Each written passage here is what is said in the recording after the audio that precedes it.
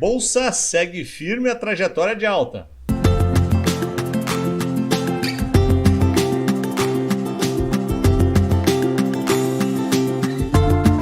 Olá, amigos da Focalize, sejam muito bem-vindos ao nosso comentário da sexta-feira, fechando a semana. E antes de entrar no detalhe do que eu tenho para falar para vocês em relação ao que aconteceu e o que a gente pode esperar para a próxima semana, nós ontem, na ACI local, aqui da qual eu sou vice-presidente de economia, nós tivemos um evento onde convidamos o economista Fábio Jungs para falar um pouquinho para a gente de um aspecto importantíssimo da questão do Covid e da expectativa econômica em relação a isso, por um detalhe muito, mas muito fundamental. O Dr. Fábio, ele é médico e ele é economista e atualmente ele tem um family office, ele tem uma gestora de administração de recursos.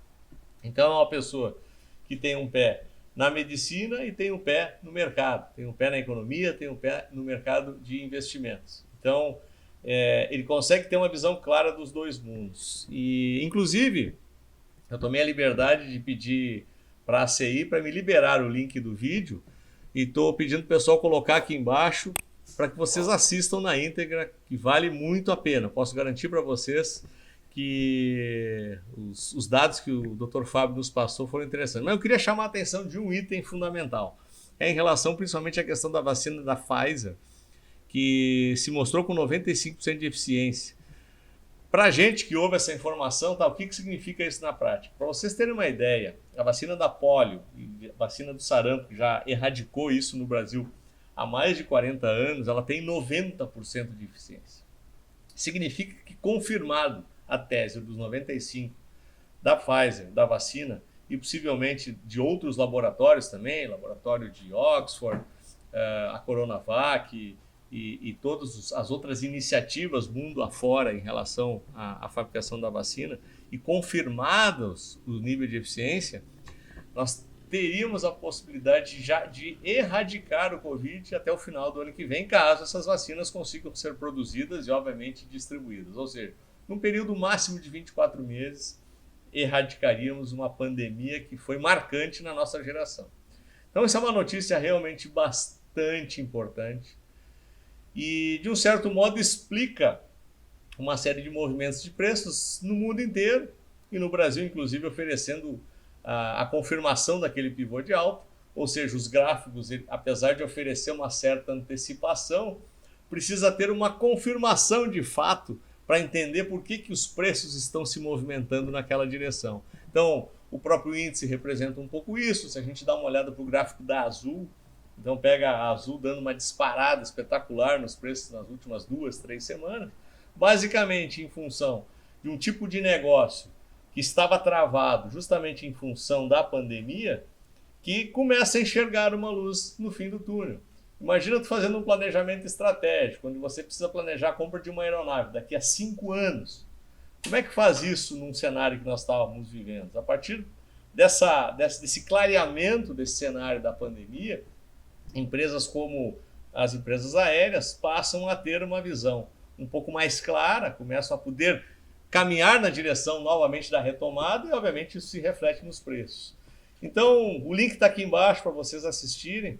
Eu acho que vale muito a pena. Somado a isso, no Brasil também saíram alguns dados bem importantes, principalmente em relação à produção industrial, que dá mostras de uma recuperação bastante forte e até aqueles 3% esperados de crescimento no próximo ano podem tornar-se 4%, podem tornar-se 4,5%.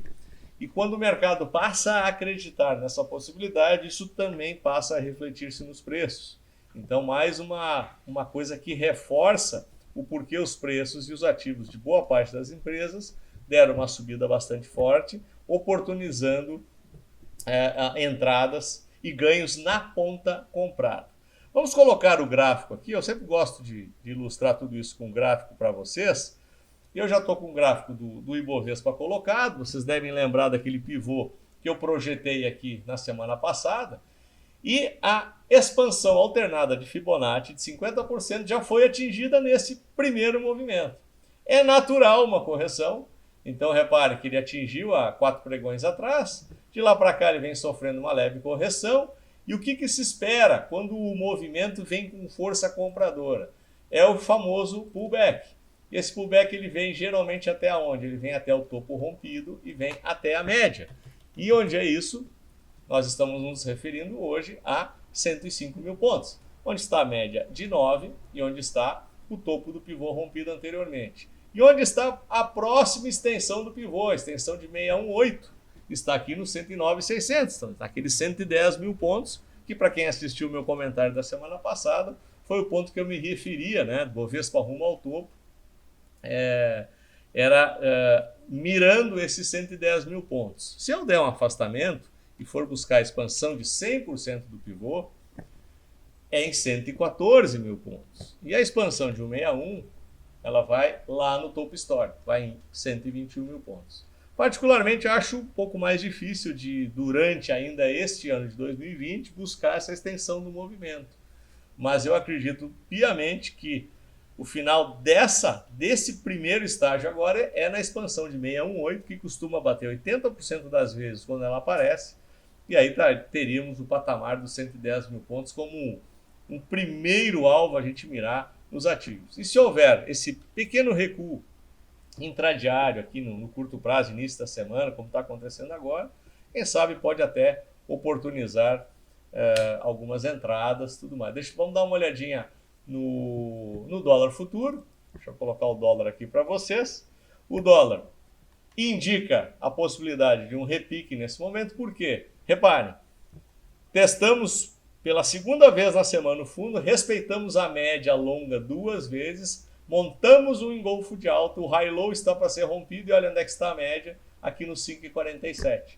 Então, da mesma forma que eu espero o Ibovespa vir testar a cabeça do pivô e buscar a média de 9, eu espero que o dólar confirme o engolfo e vá até a faixa novamente dos 5,47, 5,50, buscando a média e confirmando a figura gráfica. E outro ponto de preocupação, que não tem jeito de aliviar, é a nossa taxa de juros. Deixa eu colocar o DI aqui para vocês. O DI 24, que é o DI mais negociado. Olhe a figura formada. Esse é o pregão de sexta-feira. DI 24 volta a flertar com o topo anterior na faixa de 6,28. Então, mesmo os papéis dando sinais claros de movimentação ascendente, o dólar dando sinais claros de correção, a taxa de juros ainda continua insistindo muito forte em oferecer cada vez patamares mais altos. Então aqui é um calcanhar de Aquiles para ficarmos muito atentos. Então esse fechamento aqui na semana, na proximidade aqui dos 6,28, em fechamento, talvez um dos fechamentos mais altos dos últimos meses. Deixa eu dar um recuo gráfico aqui. Repare que acima disso foi lá em abril, né? E depois, obviamente, lá em março, que foi o auge da confusão, né? Onde chegou a bater em 8,80.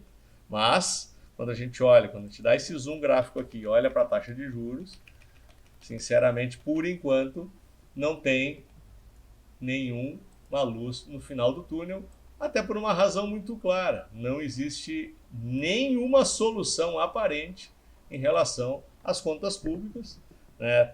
Cada semana que passa, se vem com uma nova informação em relação ao que fazer com o déficit fiscal, em relação ao que pode se inventar de tentativas de arrecadação. As reformas estão engavetadas, paradas. Para ter uma ideia, não se votou ainda o orçamento de 2021. Então, as contas públicas estão realmente bastante complicadas, bastante problemáticas. Tem uma questão inflacionária que está rondando novamente o nosso cenário. Isso tudo, quando a gente coloca isso dentro de uma cesta, evidentemente que o mercado olha para esse quadro todo e diz assim, eu quero um prêmio de risco para financiar essa bagaça toda, né? Então, até dá para entender por que a taxa de juros não cede. E até explica-se por que quando a gente olha para as bolsas lá fora, e boa parte dos principais países estão já flertando com o topo lá do início do ano. No caso, a Nasdaq, inclusive, já ultrapassou há muito tempo em função das empresas techs, mas Dow Jones, S&P, o índice europeu, todos muito próximos do topo lá de março, e nós ainda aqui na faixa de 106 mil pontos. Por quê? Porque claramente não temos ainda a solução para o nosso problema fiscal. Pessoal, Esse foi o nosso comentário semanal, espero que tenham gostado. Fiquem atentos a domingo. Domingo eu vou subir um vídeo sensacional para vocês sobre aspectos mentais do trading. É imprescindível que vocês assistam, tá? Então, deem seu like nesse vídeo, compartilhem, assinem o canal para ser notificado domingo quando eu subir o vídeo novo sobre os segredos mentais do trading. Ok, pessoal? Um ótimo final de semana para quem está vendo a gravação. Espero que tenha passado um fim de semana maravilhoso e vejo vocês no nosso próximo vídeo. Até lá!